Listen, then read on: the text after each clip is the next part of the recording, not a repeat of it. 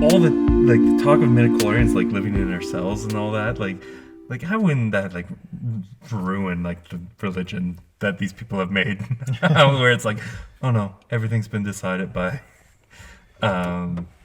these cells, like these organisms that live in your cells or whatever, which also doesn't make sense. Yeah, well, it's another thing of like, this sci-fi. There's a scientific reason for the Force.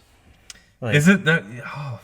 That's the reason. Like, that's because like if you take a fantasy or anything, you're like, here's the science behind the magic. It kind of becomes a little less magical. Yeah. Hence it being magic. So it's like, here's the science, and I think that's why a lot of people don't like the whole midichlorian thing, which I think is understandable. But yeah.